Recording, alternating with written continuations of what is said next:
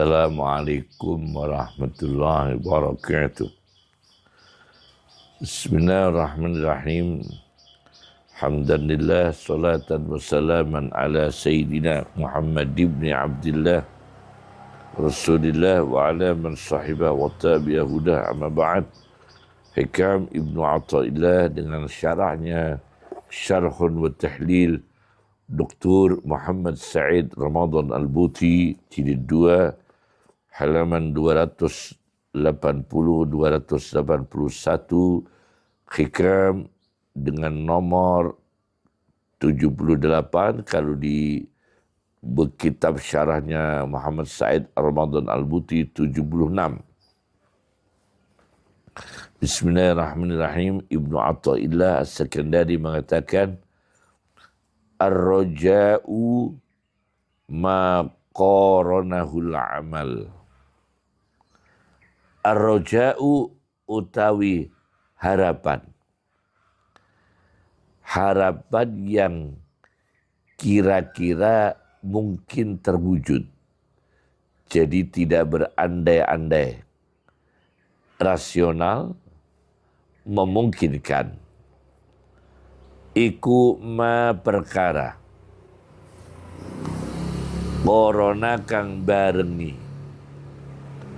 kang gandengi hu ing ma perkara opo al amalu amal, suatu harapan yang disertai dengan usaha. Al amal itu usaha. Amanu wa amilus salihat.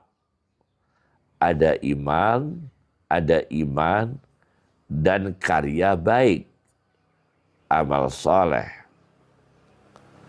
Wa illa lanamun ora koronahul amal, jika harapan itu tidak disertai dengan amal, usaha, fahuwa mongko utawi iya rojak harapan yang tidak disertai dengan amal atau usaha, iku umniyatun bangsa angan-angan, itu hanya mengangan-angan, berandai-andai. Iku umniyatun, umniyah, bangsa angan-angan, berandai-andai. Maka Muhammad Said Ramadan Al-Buti membagi menjadi dua, yaitu orang-orang yang memang berada dalam umniyah, hanya mengangan-angan, berandai-andai. Diisyaratkan di surat An-Nisa ayat 123. Laisa bi amaniyikum wala amaniyi ahlil kitab. Pahala surga dan isinya bukanlah hanya sekedar angan-angan kalian orang-orang kafir Makkah, dan bukanlah angan-angan, hayalan-hayalan penganut Taurat dan penganut Injil, ahlul kitab, Yahudi, Nasrani. Jadi orang yang berangan-angan, kata beliau, dia berangan-angan mendapatkan surga, tetapi ma'a ukufihi alal ma'asi, maksiatnya ditekuni, wabti'adihi adit ta'ah, taatnya dijauhi. Ukuf, tetap berada di maksiat, jauh dari taat.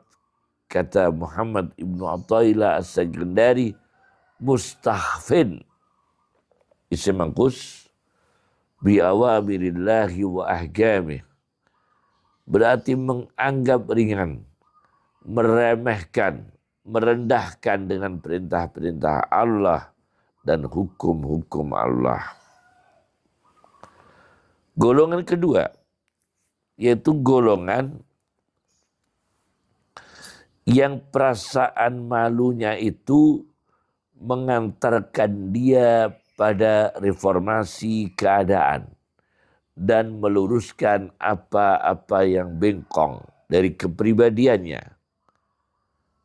Yakni dia punya komitmen untuk memperbaiki diri, reformasi diri, atau diistilahkan di sini islahil hal wa taqwimil i'wijad, dan meluruskan yang bengkong. Nah, ini orang kalau punya perasaan demikian, biasanya ayat hawala ila hubbin. Perasaan ini beralih menjadi kecintaan. Yang basiqu biddiya, yang cintanya itu memancar cahaya. Fi afidati ahadi hadihil fi'ah, di dalam hati personal individu golongan yang kedua ini, yang punya perasaan malu kepada Allah, malu kepada manusia, dan punya komitmen untuk memperbaiki kondisi kepribadiannya, keburukannya diperbaiki, dan meluruskan yang bengkong. Nah, inilah yang diisyaratkan oleh hadis Nabi SAW. Al-kayyisu man dana nafsah. Orang yang cerdas, orang yang mengevaluasi dirinya, mempertimbangkan, memperhitungkan dirinya. Wa amila lima ba'dil maut, dan punya kesiapan usaha amal, entah itu sedekah, entah itu sholat berjamaah, entah itu baca Al-Quran, entah itu silaturahmi, atau menyantuni orang-orang lemah, jihad fisabilillah, untuk mempersiapkan diri lima ba'dal maut. Nah, untuk mempersiapkan diri apa yang akan terjadi sesudah kematian. Wal ajizu man adba'a nafsahu hawaha. Dan orang yang lemah, kata Rasulullah SAW, orang yang mengumbarkan, membiarkan nafsunya mengikuti keinginannya. Wa tamanna 'ala Allah adalah al-amaniyah. Dan sementara dia masih berharap, berandai-andai, menghayal dari Allah Subhanahu wa ta'ala berbagai khayalan, berbagai angan-angan. Nah, ini orang yang tidak beramal, hanya berangan-angan. Nah, bagaimana menurut teori Quran? Apa yang menyebabkan orang itu hanya berandai-andai tanpa ada usaha amal? Saya pakai teori ka'anna dalam Al-Quran. Ada ka'anna. Saya bawa sebuah kitab, Mu'jamul Adawat wad Dhamair fil Qur'anil Karim. Ensiklopedi adawat. Adawat itu lafaz-lafaz yang tergolong alat, ya, dan domir-domir di dalam Al-Quran. Disusun oleh Dr. Ismail Ahmad, Dr. Abdul Hamid Mustafa. Halaman 372-373. Ka'anna dalam Al-Quran itu terdapat 31 kali. Ka'anna, seperti sesungguhnya. Di antaranya di surat Al-Baqarah ayat 101. Ka'annahum la ya'lamun. Seperti sesungguhnya mereka, Yahudi Nasrani, yang membuang ayat-ayat Allah, mendistorsi kitab-kitabnya suci dari Allah. Nah, ini tentunya mereka ini yang ahlinya, ya. Nah, Sepertinya sesungguhnya mereka seperti orang yang tidak berilmu. Artinya pura-pura tidak mengerti atau memang tidak berilmu. Atau memang tidak mengerti. Ini bisa dari dalam redaksi Qur'annya, mereka ngerti tapi memperlakukan diri mereka perlakuan orang yang tidak berilmu, menerjang rambu. Jadi ada kebenaran diterjang. Ini ayat, dia bilang bukan ayat. Ini wahyu, dia bilang bukan wahyu. Nah, ini orang. Ini orang mencederai secara intelektual. Jadi tidak bisa berharap dari Allah Subhanahu wa taala. Karena apa? Dia mengkhianati ilmunya sendiri. Jadi mengkhianati pengetahuannya sendiri.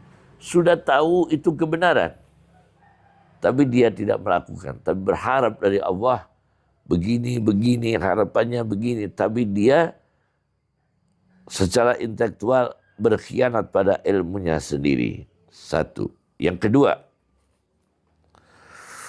yaitu yang menyebabkan orang berandai-andai dan gagal, di surat Al-Munafiqun ayat 4. Ka'annahum khusyubun musannadah. Orang munafik bicaranya iman, bicaranya Islam, tapi di dalam hati mereka itu ada temuan patologi jiwa, mereka kosong. Tidak iman, kosong, tidak ada kecintaan pada Islam, kosong, tidak bertauhid. Nah, sepertinya mereka ini kayu mati yang disandarkan. Ka'annahum khusyubun musannadah. Sepertinya sesungguhnya mereka orang-orang munafik kayu-kayu yang disandarkan, yang sudah tidak hidup, layu, tidak berguna lagi. Nah, ini orang adalah orang yang jiwanya kosong akan iman. Tidak bisa berharap. Kalau tadi ada penyakit intelektualnya pada akalnya, sekarang ini pada hatinya. Nah, ka'annahum khusyubun musannadah. Ka'anna. Yang ketiga, di surat Al-Muddassir ayat 50. Ka'annahum humurum mustanfirah. Ka'annahum la ya'lamun. Ka'annahum khusyubun musannadah. Ka'annahum humurum mustanfirah. Mereka ini berilmu. Berilmu, tapi mereka sombong. Berpaling dari nasihat, meremehkan nasihat orang, lari dari arahan, lari dari mau'idhah hasanah, lari dari fatwa ulama, tidak menghormati ulama, tidak menghormati fatwanya ulama, tidak menghormati yang disampaikan orang-orang yang dekat Allah. Nah, mereka ini seperti sesungguhnya mereka keledai-keledai yang lari. Ka'annahum humurum mustanfirah. Ya, ini ada penyakit pada sikap. Kalau pertama akal, kedua hati, ketiga perilaku. Ada penyakit pada perilakunya,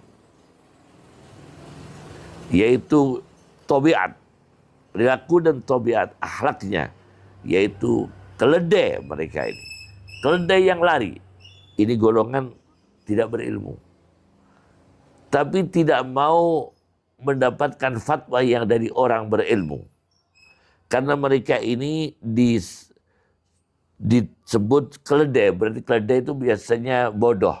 Ya, bodoh ya. Nah, ini tidak punya harapannya.